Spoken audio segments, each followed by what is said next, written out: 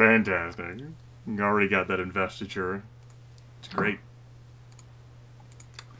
Yes, you'll want to load up the Creel Depths map. Don't move your tokens, otherwise you might lose them in the darkness. Alright. The darkness, no!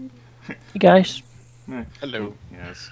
Leon gets to be prone. He'll be the first one who gets to arrive in the Creel Depths map because, you know, he's flying right now. You know, I went to catch the box. That's right. I kind of succeeded. On the other hand, I'm falling with it. Tempus! Yes. You know, it just makes it more fun. It just makes it a more fun entrance. Yes. Yeah, it's all about the theatrics. I wanted to be a swashbuckler.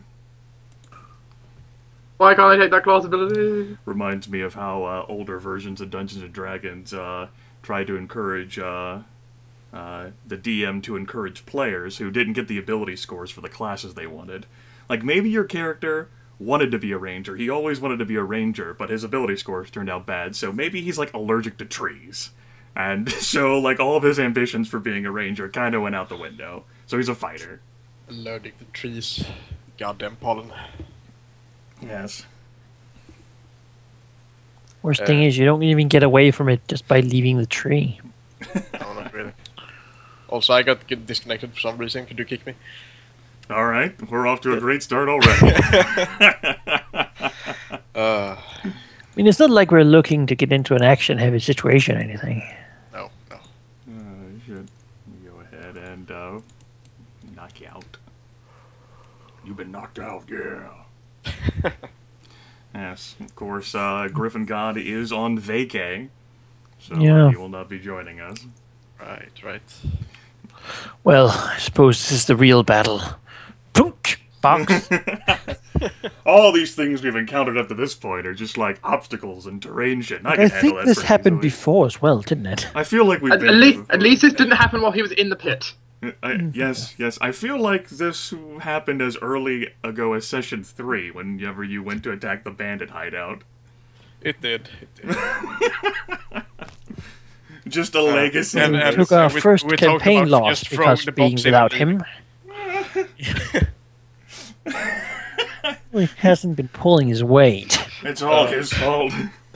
Not at this time. Think about what we could have achieved if we hadn't lost back then. Oh.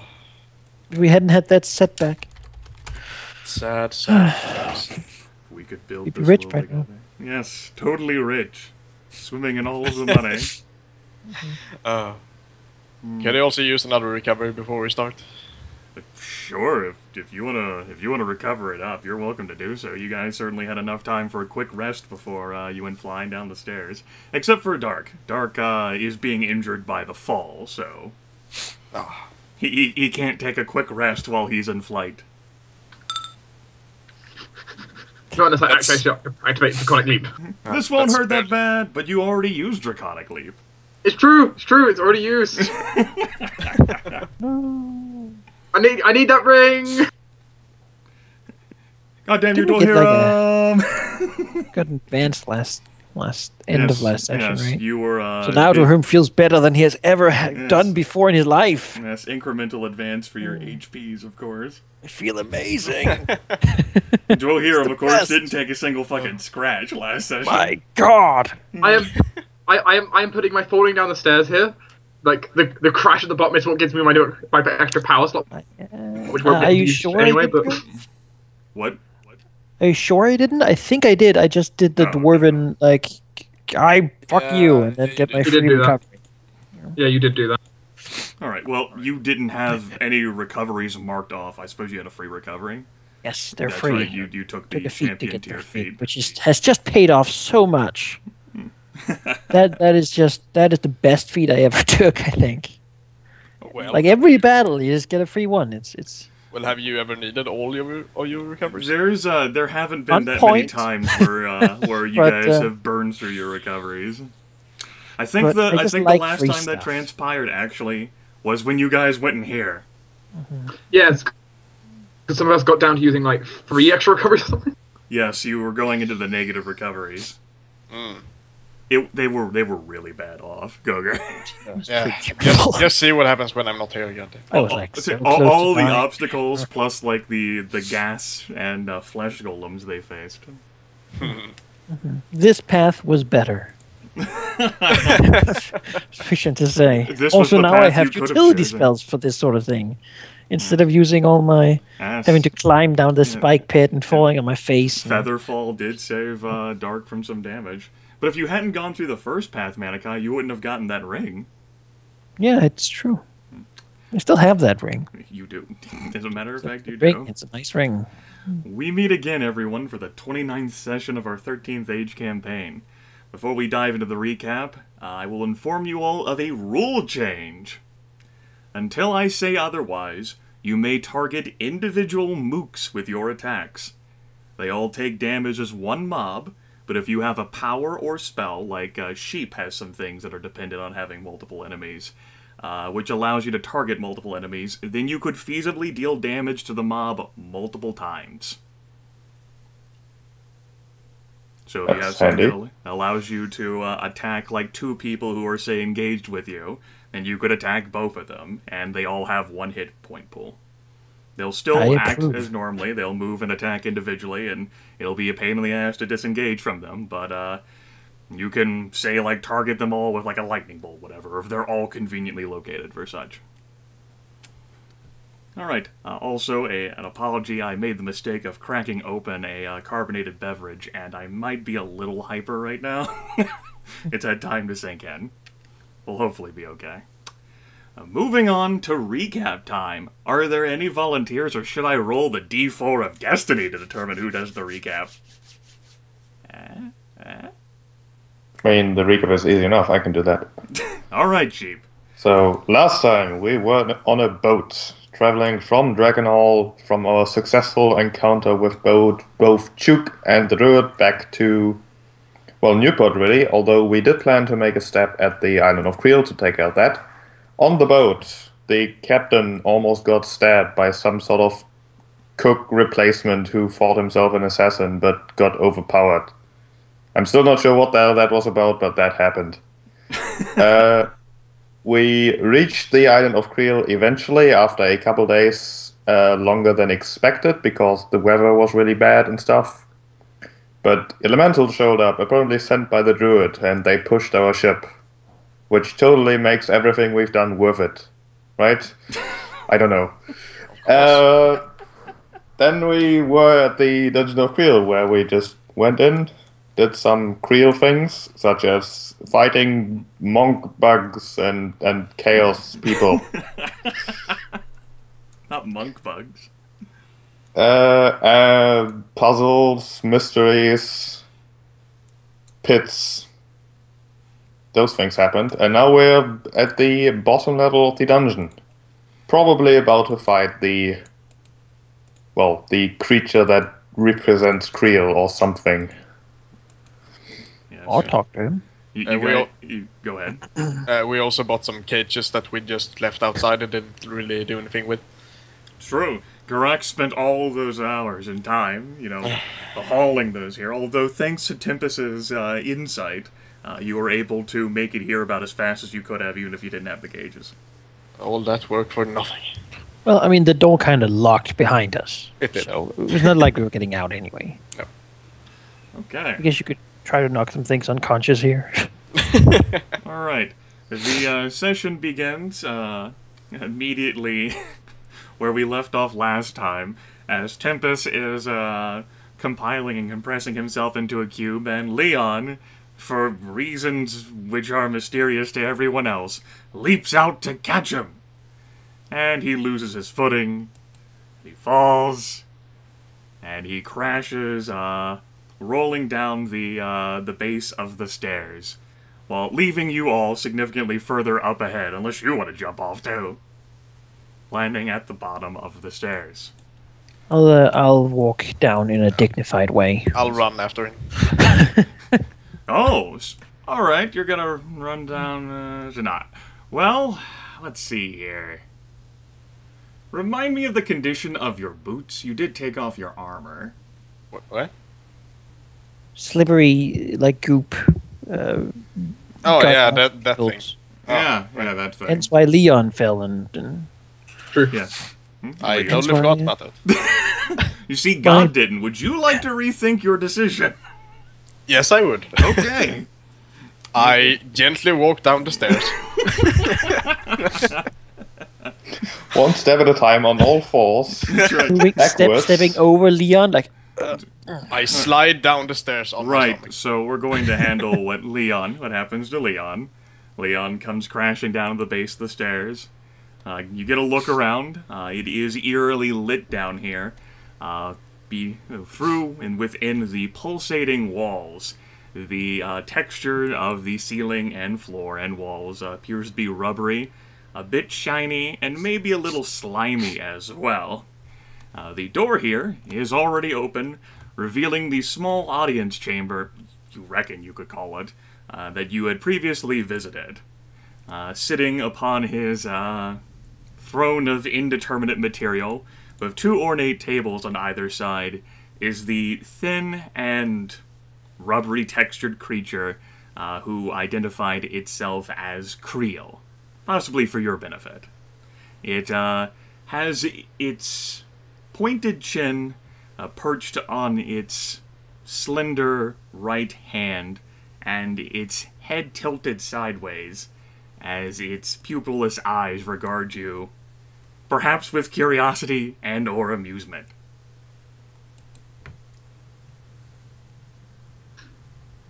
Leon will, well, Leon would stand up, putting Tempus into his bag, trying to act as dignified as possible. There is also, as you look a bit to the right of Creel, a familiar sight in the extensive snowman-looking thing, like if you fried a snowman and dipped it inside a demonic hellhole on the world map and pulled it out, you'd get this, belching its hellfire with its massive bramble fists.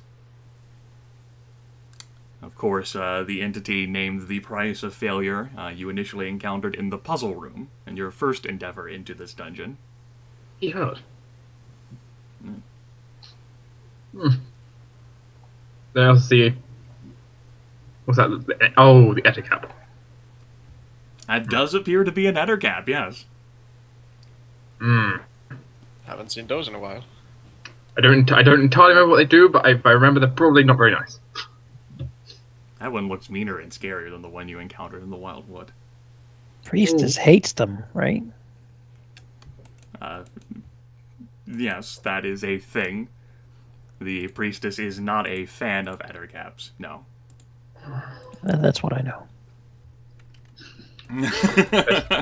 Yes, Leon standing up and putting Tempus into his bag, brushing off like dust from falling down the stairs at full speed. Trying to look dignified as he waits for the sound of boots behind him, looking curiously back at Creel, who I suppose was looking at him. You okay down there? Yes, I'm okay.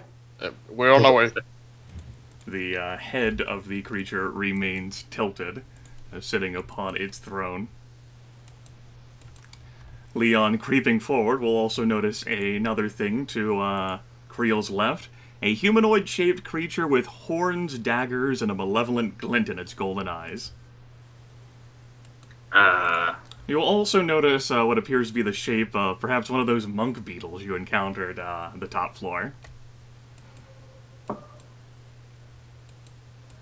As for these things, they look vaguely humanoid. Maybe like those warp beasts you've encountered before. Okay. And then the other three will arrive behind you into the wonderful sights and sounds and experiences of this bottom floor.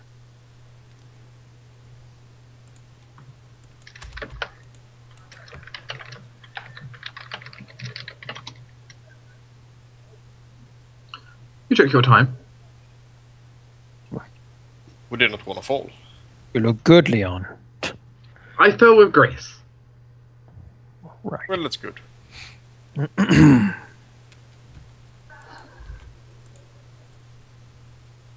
Oh god. Now we shouldn't leave anyone waiting, should we? Yes. I will note that all of these creatures are watching, at least, with some semblance or intelligence, or like some glint to their eyes. There is one exception, and it is this rust monster who is a bit attached to the wall and floor down here to the south, because the moment that Geráck stepped into sight range, it strains all its might against the dungeon itself to rush towards him. It doesn't appear how that he can break free from the dungeon, though. Well, that's good. Hopefully there's not one at the other side as well. Probably is. Yeah, there probably is. From the throne... Well, you have certainly made your entrance, although you are not quite what I expected.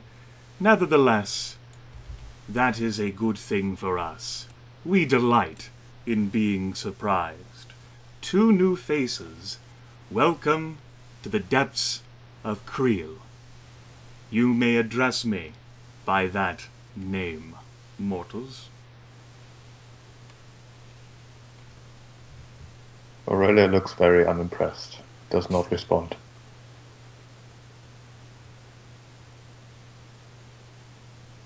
And then glances over to Dwohurim with a questioning look. All right, sure. If no one else does anything, Dwohurim will do it. We'll step forward. Creel! The creature sitting on the throne frowns at Dwohurim. Just a little variation. Just, good day, Creel. How have you been? Creel blinks. So you are nominating yourself as the leader of this band of 5 individuals? It looks to the others. You're a leaderless organization, I would say. But I can talk. Regardless, I don't know if you heard our words when we entered this place. Looks at him questioningly. The entity offers no reaction. Well, you didn't answer directly, so we thought maybe you would want a little bit of amusement first. Yes, you're right. We went through the dungeon once more, took different turns wherever we could. This is gone through nothing twice. Creel, with its unblinking stare, asks, "Why have you come? I am aware. We are aware of what brought you here the first time. Why have you arrived again, mortals?" Well, it appears that this island has been moving towards the coast, and the coast has been harrowed by chaos beasts that are presumed to come from here. This is an issue. You wish for the island then to return to its normal location? So, yes, and for chaos beasts to stop attacking the coast. I can revoke the former. I have no control over the latter. Do the beasts originate from this place? The entity untilts its head. Yes. I would say so. It seems most plausible. Perhaps then it would be doable for you to move the island in the opposite direction. Further away from the coast and towards, say, the city of Dragonhall. The creature's frown deepens. That locale, from our understanding, is very distant. It would take years for this island to traverse such a distance. At which point, the island would be in the middle of the sea, far away from anyone who would be interested in visiting us.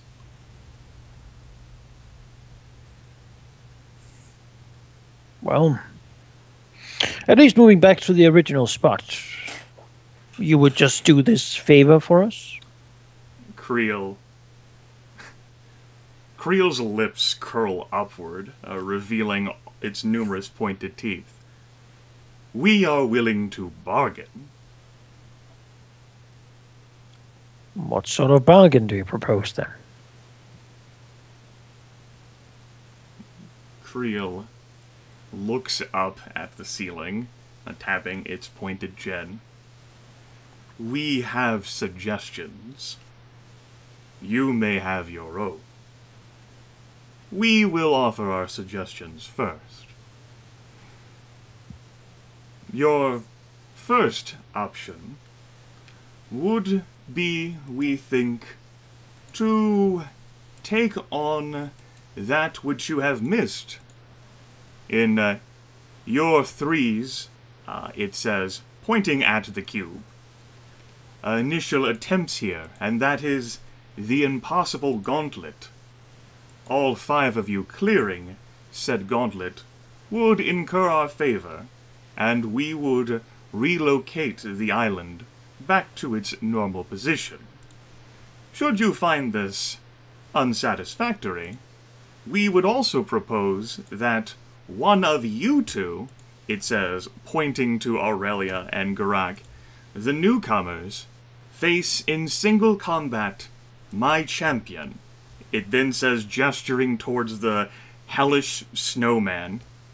Should either of you, in single combat, without interference from anyone else, manage to defeat my champion, our champion, then we will also perform your requested favor.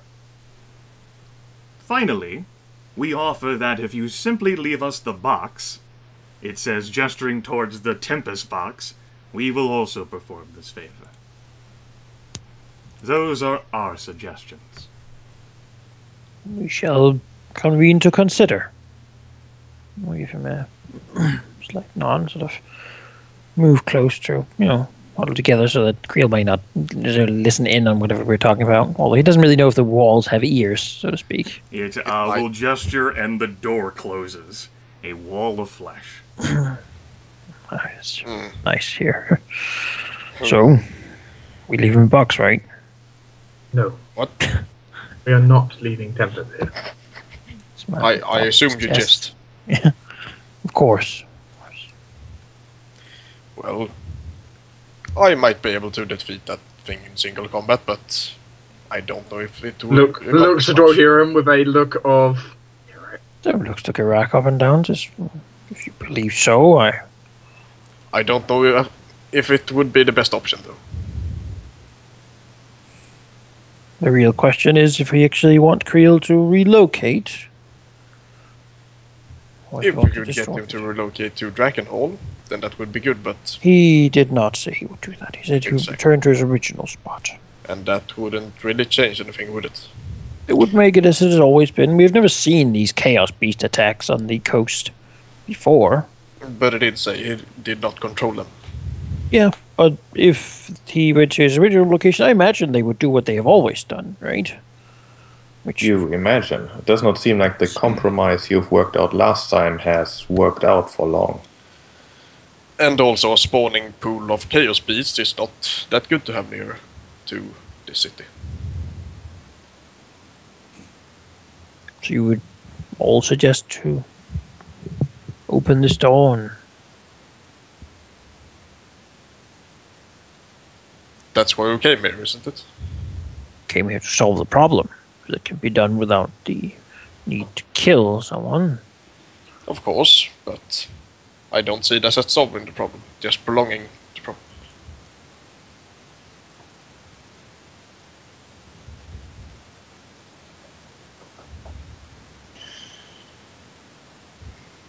Actually, and Aurelia. What they have to say. Aurelia shrugs. I do not think that either solution will help us in fighting the Black Fang. If we cannot convince the dungeon to go to bother Dragonhall and the Blue, then any other solution would be the same to me. Of course, if we could just leave here and not risk the dangers that would be part of any of its suggestions, that would also be an option.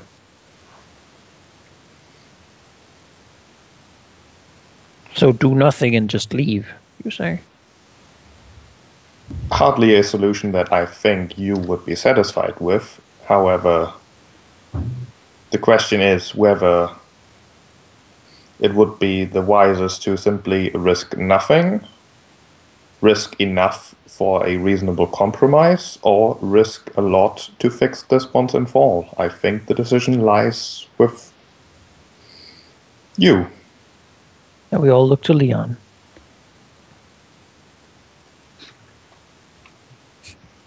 If you're looking for a tiebreaker, you're going to be sorely disappointed.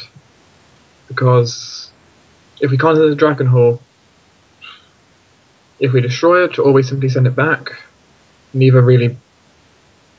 They're basically the same, I see.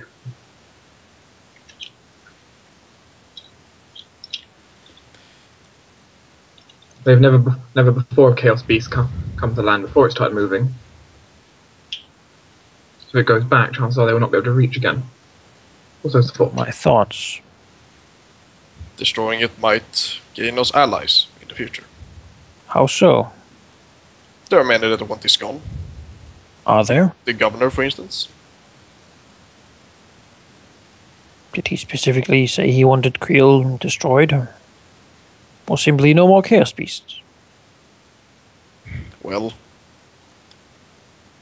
I assume he wanted Creel destroyed, and if we destroy Creel, there would be no more Chaos Beasts, and a guarantee of that. Alternatively, the other thing is, of course, is simply doing one of these things and getting them to move back. Sure. Destroying this place would grant us whatever magical items he may have and other possible valuables, if it's such a thing you feel we might need for fighting, I don't know, the Black Fang. Might be useful. It's also very dangerous. This place is an unquestionable source of anarchic evil. I'm surprised that you would be content with a compromise, Geráck. What? I wouldn't, that's why I'm not arguing for it. He wants pure annihilated destruction. Typical way of my people. Our people. A direct way is usually the most worthwhile. How do you plan to tell him that? I don't plan to tell him anything. Let my hammer do the talking.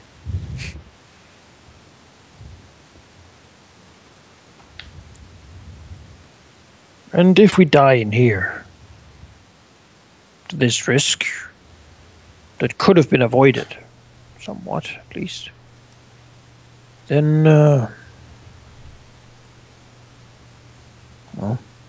then what? Then all is lost. We can't just do nothing because we might die if we do something. That's just a coward's way. We're always at risk of death to a hero. Sounds like I'm outnumbered, 3-1. Hardly. I agree with your opinion that taking unnecessary risks will inevitably help no one. If we fail here, then we also fail with everything else we are trying to accomplish.